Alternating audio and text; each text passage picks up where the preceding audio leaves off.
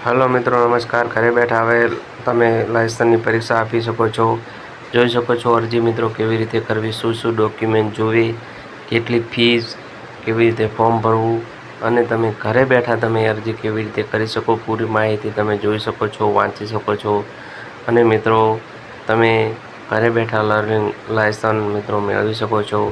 મિત્રો અરજીમાં 500 રૂપિયા ફી ભરવાની હોય છે। સ્માર્ટ કાર્ડ પણ તમને મિત્રો લાયસન્સમાં મળી શકે છે હવે, પરંતુ તેને કોમ્પ્યુટર નોલેજ ટેસ્ટ આપવાની મિત્રો અમુક ને મુક્તિ આપવામાં આવી છે અને 30 દિવસમાં તમારે મિત્રો ડ્રાઇવિંગ ટેસ્ટ આપવા જવાનું હોય છે। ડોક્યુમેન્ટમાં શાળા છોડ્યાનું પ્રમાણપત્ર, જન્મનો દાખલો, પાસપોર્ટ મિત્રો એવું આપવાના રહે છે।